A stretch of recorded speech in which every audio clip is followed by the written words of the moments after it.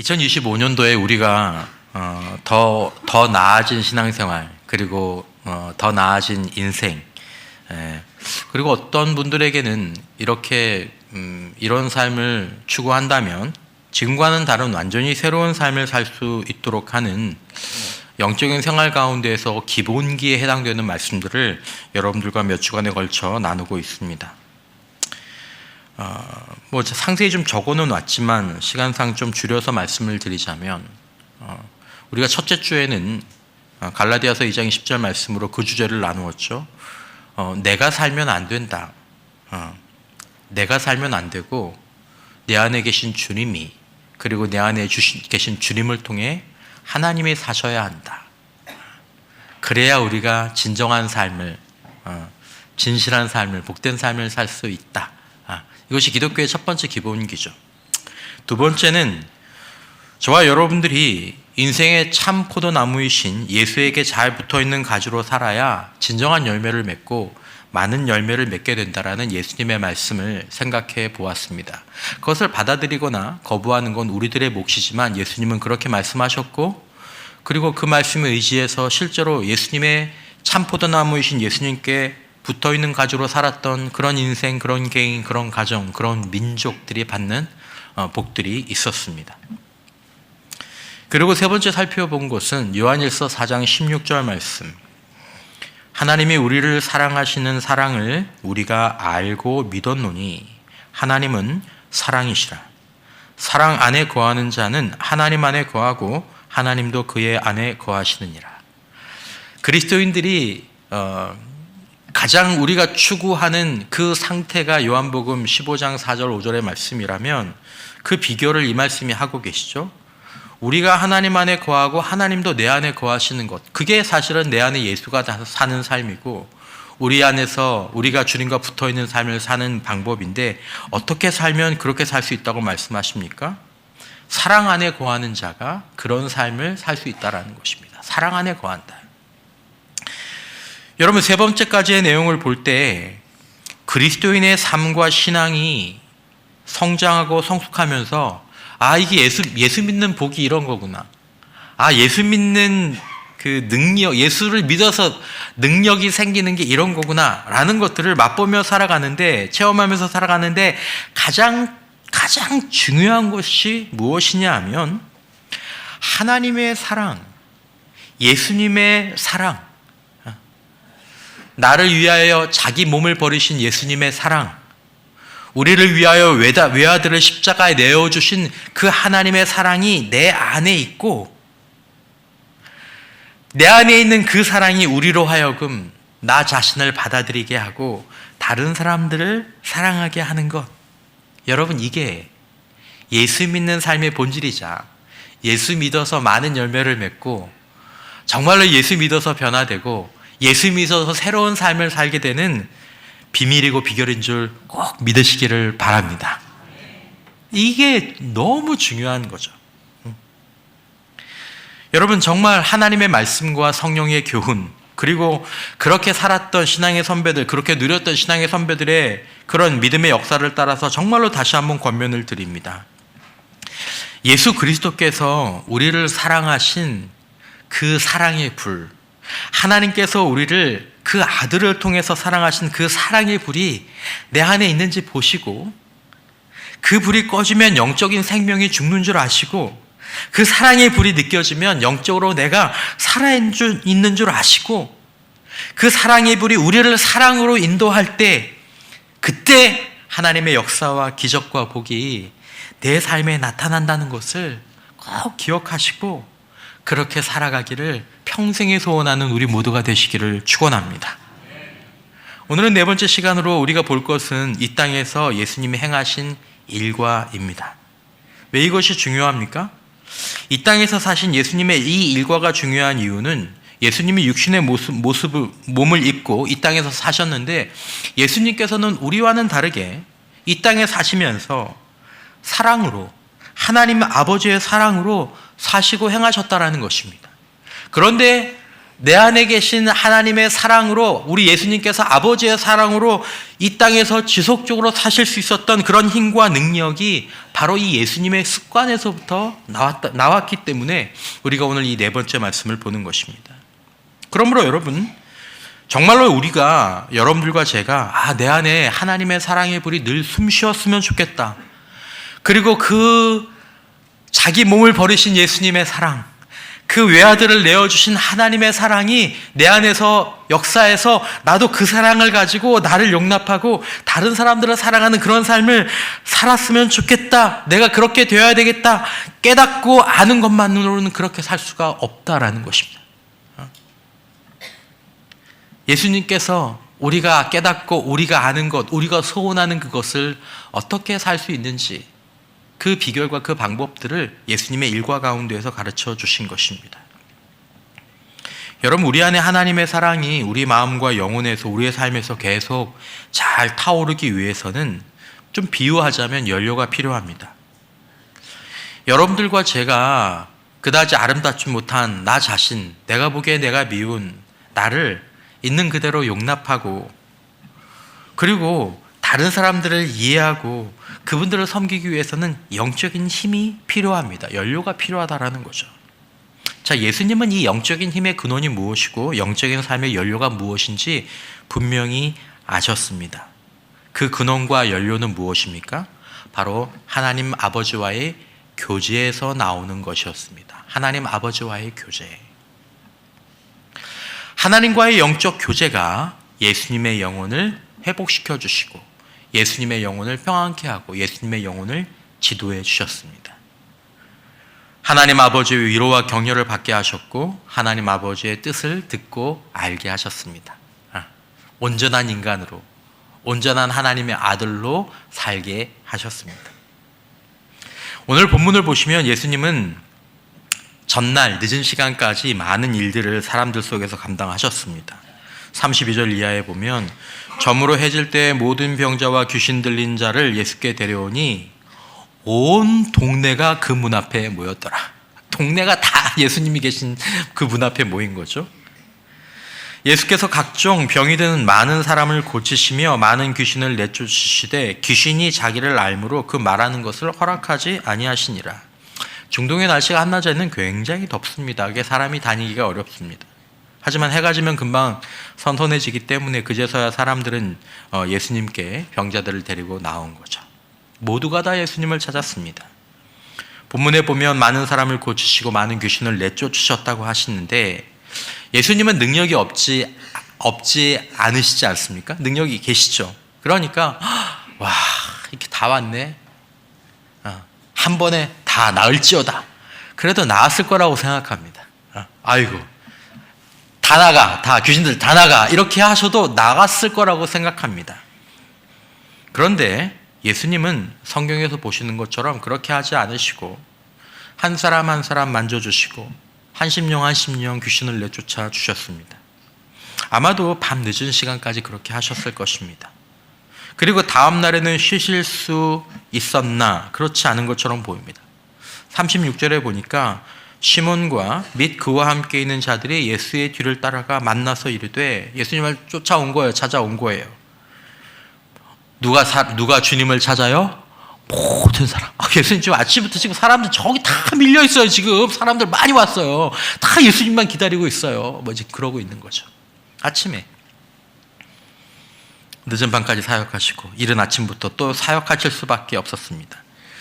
그런데 예수님은 피곤하다, 지친다, 이제 사람이 싫다, 그렇게 말씀하지 않으시고 오히려 마음속에부터 이렇게 나오는 어떤 열의와 열정을 보여주십니다. 38절에 이르시되 우리가 다른 가까운 마을들로 가자. 거기서도 전도하리니 내가 이를 위하여 왔노라 하시고 이에 온 갈릴리에 다니시며 그들의 여러 회당에서 전도하시고 또 귀신들을 내쫓으시더라. 갈릴리 사역을 어떤 식으로 진행하셨는지 하나의 예가 이 본문 가운데 담겨 있는 것이죠. 저녁의 분주함과 아침의 분주함 사이에 예수님의 습관이 하나 오늘 끼어 있습니다. 35절이죠. 새벽 아직도 밝기 전에 사람들이 일어나지 않은 시간입니다. 예수께서 일어나 나아가 한적한 곳으로 가서 거기서 기도하시더니, 예수님은 해가 떠오르지 않은 소위 말하는 미명의 시간에 일어나셔서 한적한 곳으로 가셨습니다. 다른 번역으로 하면 이게 외딴 곳이죠. 그리고 우리가 영성에서 사용하는 표현으로 좀 바꾸면 고독한 곳으로 가셨습니다. 분주한 지난밤과 앞으로 분주할 그 아침 사이에 예수님은 새벽 이른 시간에 외딴 곳으로 홀로 나가셨습니다. 예수님은 분주함과 분주함 사이에 한적한 곳, 외딴 곳으로 자주 나가셨습니다. 굉장히 중요하고 많은 일정을 앞에 두셨지만 예수님은 먼저 외딴 곳으로 가셨습니다. 누가복음에도 5장 15절 이하에 예수의 소문이 더욱 퍼짐에 수많은 무리가 말씀도 듣고 자기 병도 고침을 받고자 하여 모여오되 오히려 예수님은 물러가사 한적한 곳에서 그 무리들의 영향력이 전혀 없는 곳에서 기도하셨습니다. 여러분, 저는 오늘 여러분들과 예수님의 한적한 곳, 외딴 곳에 주목하려고 합니다. 예수님은 기도하셨습니다. 그러나 예수님은 한적한 곳, 외딴 곳을 찾아가 거기서 기도하셨습니다. 여러분, 예수님은 사역을 하시면서도 기도하실 수 있는 능력이 있지 않으실까요? 예수님은 그런 능력이 있으신 분이시지 않습니까? 예수님은 항상 하나님 아버지와 영적으로 교제하시는 분이셨을 텐데도 예수님은 한적한 곳으로 가서 거기서 기도하셨습니다. 자, 이것은 두 가지 중에 하나를 의미할 것입니다. 첫 번째는 예수님도 기도하기 위해서는, 하나님과의 영적인 교제를 가지시기 위해서는 한적한 곳, 외딴 곳이 필요하셨다라는 것입니다. 자, 예수님 그분이 잡히시던 날도 제자들과 겟세마네 동산에서 기도하실 때 제자들과 함께 기도하신 것이 아니라 제자들은 여기 있고 그리고 돌 던질 만한 거리만큼 떨어지셔서 거기서 기도하셨습니다. 외딴 곳에서.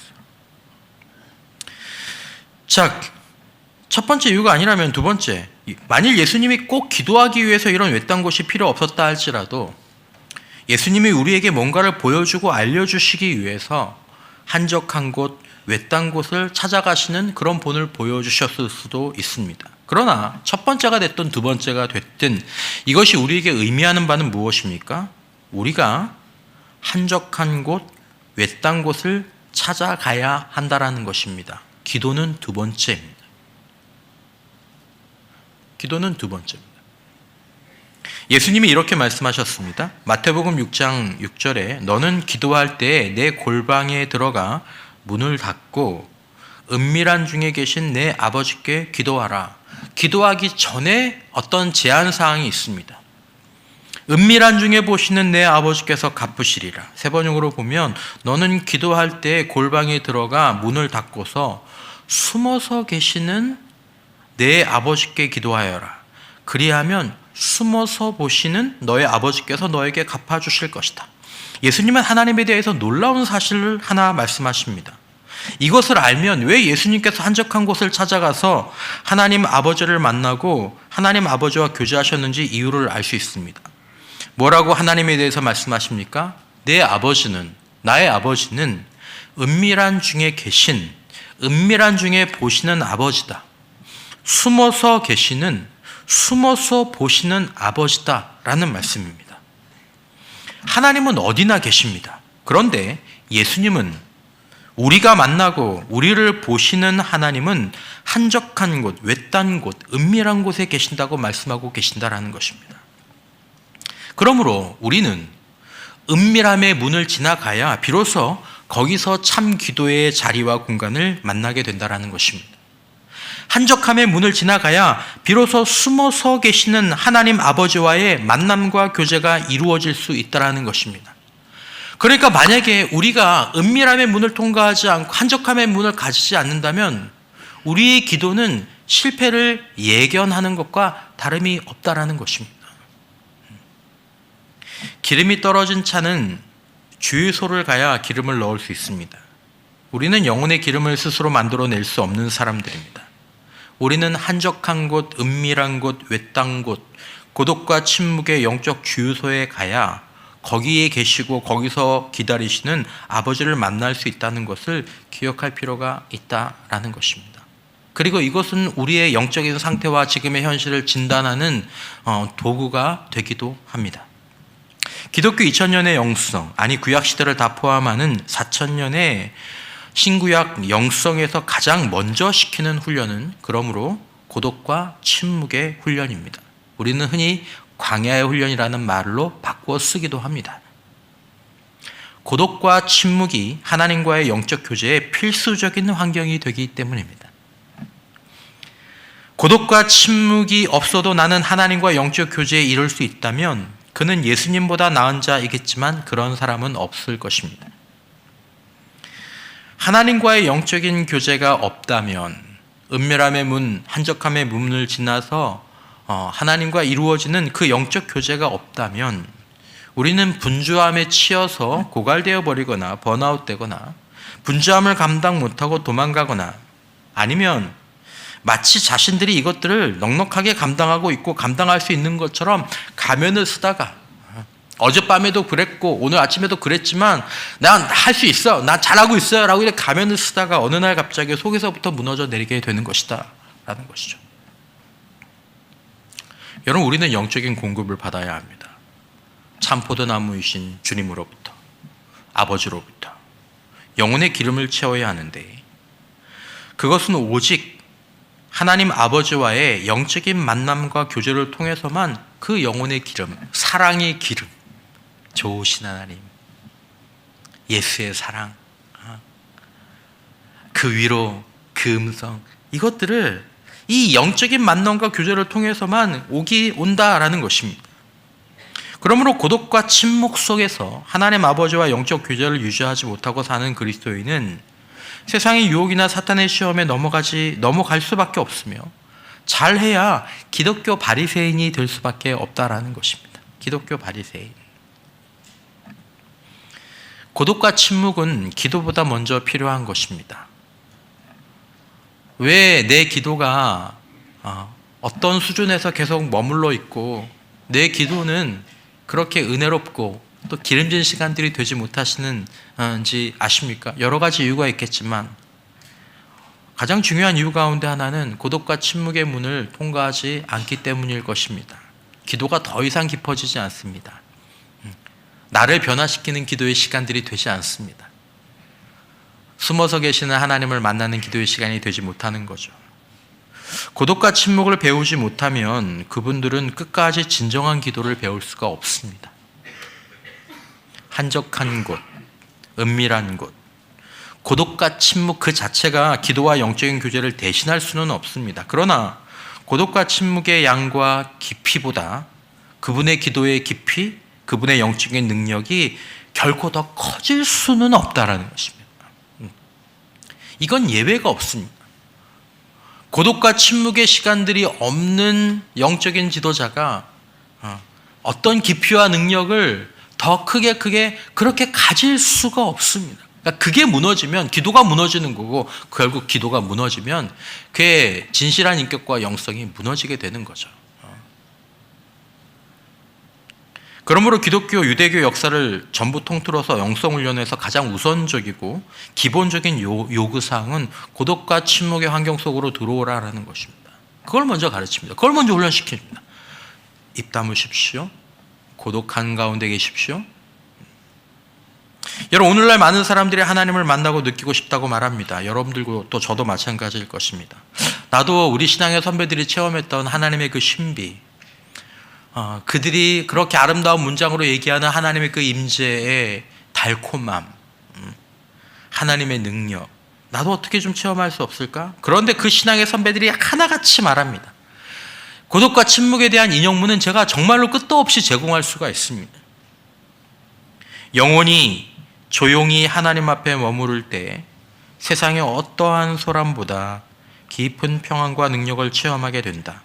고독 속에 계신 하나님은 결코 침묵하지 않으신다. 깊은 평안과 능력이 고독과 침묵을 갖지 않으면 있을 수 없다는 것입니다. 하나님과의 일치를 원한다면 우선 내면의 소리를 잠잠케 해야 한다. 침묵의 구름 속에서 영혼은 더욱 밝은 빛을 본다. 소위 말하는 십자가의 성 요한이 1500년대에 남긴 글입니다. 내면의 성으로 들어가려면 외부의 소음을 줄여야 한다. 침묵이죠. 고독이죠.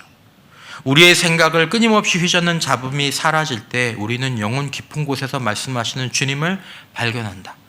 그러므로 침묵과 고독의 시간이 없으면 영혼 깊은 곳에서 숨어서 은밀한 가운데 말씀하시는 주님을 발견할 수 없다라는 것입니다. 주님을 발견하지 못하는 그리스도의 삶이 어떻게 되겠느냐라는 것이죠. 비교적 현대의 작가죠. 외부 세계가 줄 수 없는 평안과 내적 지혜는 고독과 침묵 가운데에서만 얻을 수 있다. 여러분, 그 어떤 유명한 영성가들의 글과 조언보다 중요한 것은 예수님의 삶입니다. 마태복음 14장 20절, 예수님께서 큰 일들을 하셨습니다. 보리떡 5개와 물고기 2마리로 많은 무리를 먹이시는 놀라운 기적을 얼마나 흥분됐겠습니까? 무리를 보내신 후에 기도하러 따로 산에 올라가시니라. 저물매 거기 혼자 계시더니. 이번에는 새벽이 아니라 해가 저문 밤이었습니다. 산이었습니다. 혼자 계시더니.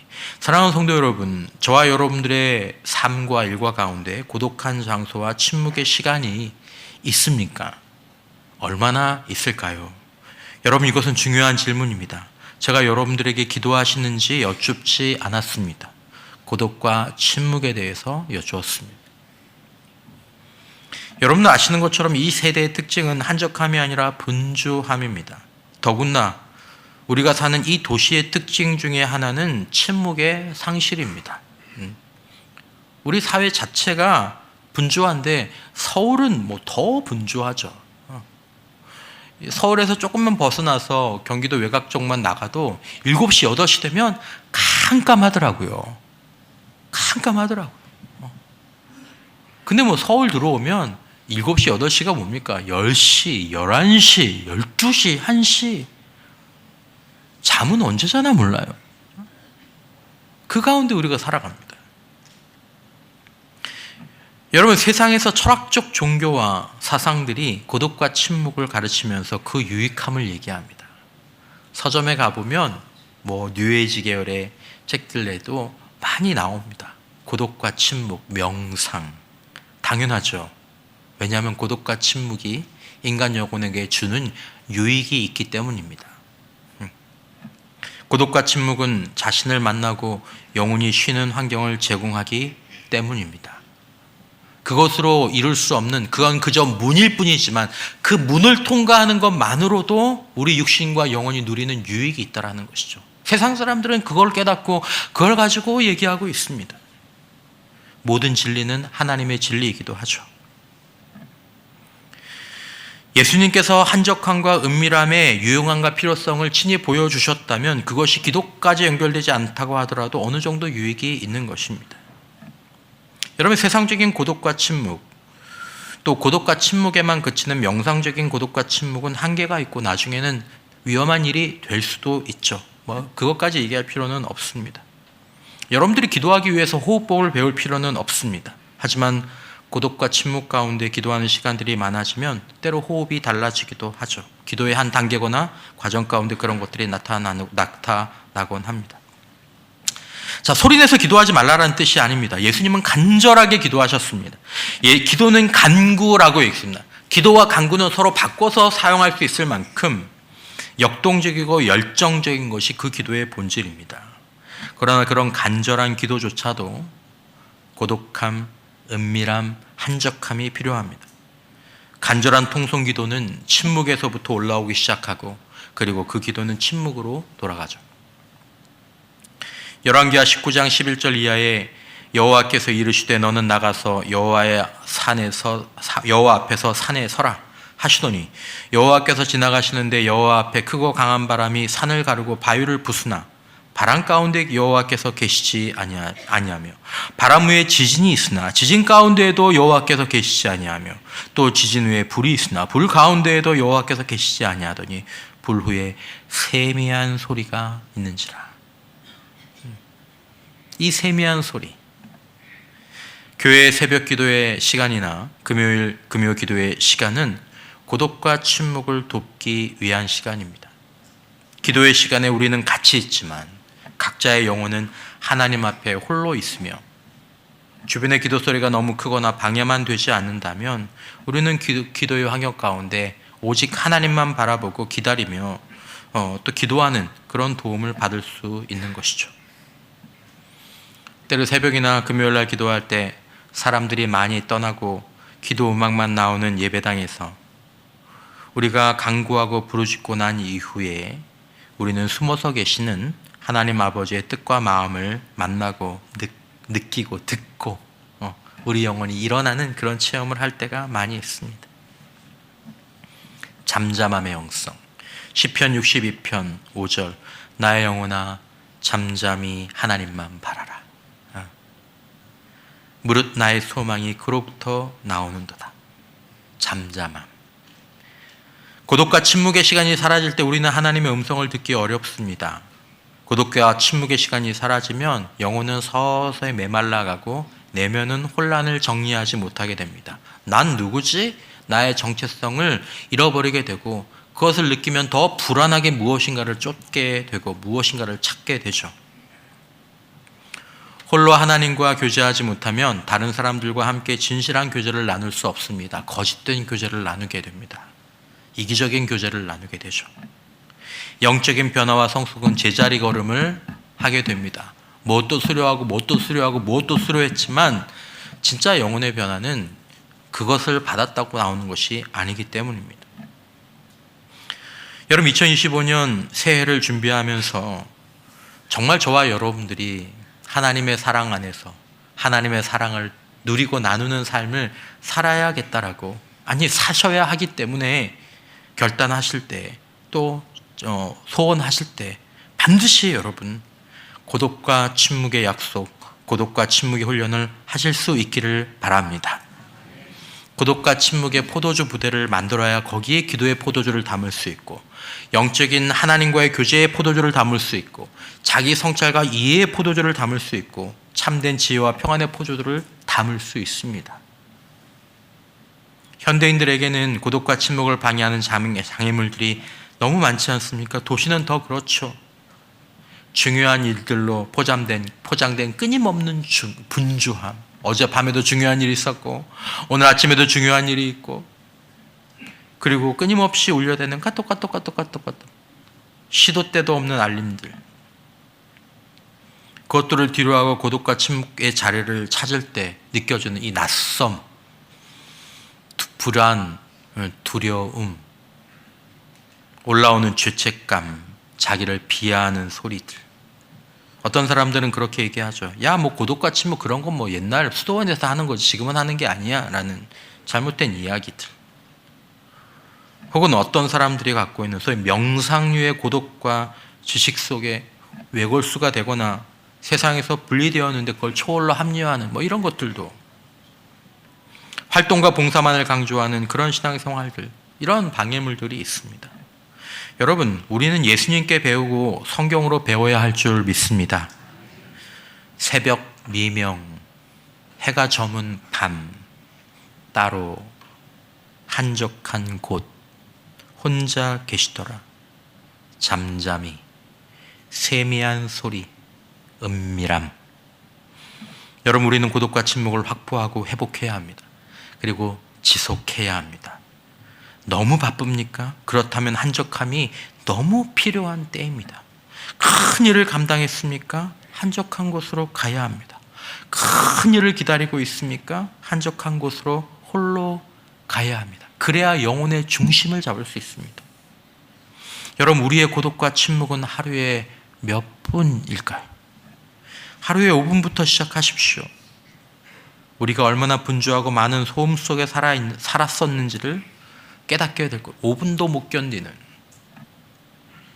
여러분, 장마비가 쏟아져 내린 강물이 누런 흙탕물을 띠며 흘러갑니다. 그 물이 며칠은 지나야 강 속에 떠올랐던 흙들이 가라앉고 물은 푸른 재색을 띠게 되죠. 신속한 고독과 침묵은 없습니다. 고독과 침묵은 늘 시간을 요구합니다. 그래야 가라앉고 잠잠해지고 나를 만나고 하나님을 느끼고 깨달음과 우리의 영혼의 참된 조언들이 우리의 마음들을 조용하게 두드리게 됩니다. 그렇지, 그렇지, 그래야지, 감사합니다, 알겠습니다. 고독과 침묵 속에서 한 단어 한 단어 읽어가는 말씀은 영혼의 양식으로 곧바로 연결이 됩니다. 그렇게 고독과 침묵의 영혼의 샤워를 마치고 나면 영혼은 제자리를 찾고 힘을 얻게 됩니다. 고독과 침묵의 시간을 가져야 합니다. 이것은 약속이 필요한 것이고 훈련이 필요한 것입니다. 출애굽기 33장 11절에 사람이 자기의 친구와 이야기함 같이 여호와께서는 모세와 대면하여 말씀하시며 모세는 진으로 돌아오나 눈의 아들 젊은 수종자 여호수아는 회막을 떠나지 아니하니라.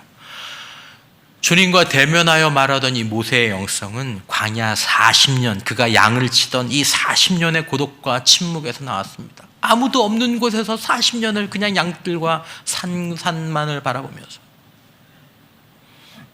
모세의 후계자 여호수아는 그러므로 모세가 떠난 그 회막 가운데 고독과 침묵의 시간을 이어 가졌습니다. 여러분, 장담하고 약속합니다. 고독과 침묵의 시간을 하나님 앞에서 매일매일 가지면서 우리가 충분한 분량까지 늘려가면 저와 여러분들은 하나님과의 친밀함을 점점 더 깊게 누려가는 사람이 됩니다. 그리고 그런 친밀함은 우리를 영적으로 멋있는 사람이 되게 합니다. 진실하면서도 평안한 사람이 되게 합니다. 여유 있고 참된 열정이 있는 삶을 살아갈 수 있도록 돕죠. 고독과 침묵의 시간, 우리 예수님이 가지셨던 그 공간, 그 시간으로 여러분들을 또 저를 초대하고 도전합니다. 혼자 쉽지 않을 수 있습니다. 공동체가, 목장이, 함께 성경을 보시는 분들이, 함께 친한 분들이 우리 내년부터는 하루에 5분, 10분만이라도 고독과 침묵의 시간을 갖자. 주님 앞에 그냥 서 있는, 그냥 차 타고 가면서 기도하는 거, 설거지하면서 기도하는 거, 뭐 길을 걸으면 기도하는 거, 그것도 하지만 가장 그 중심에 정말 주님과 나만이 있는, 그리고 주님께 귀 기울이는, 누구의 말처럼 우리가 만마디 말을 하는 것보다 하나님의 음성 한 문장, 아니 한 단어를 듣는 것이 우리 영혼에 더 유익한 줄 믿습니다. 고독과 침묵이 중요하죠. 25년 우리가 그 시간을 회복한다면 우리는 분명히 더 나아질 것이고 우리는 분명히 새로워질 것입니다. 이 은혜와 축복이 우리 모두에게 있기를 주님의 이름으로 축원합니다.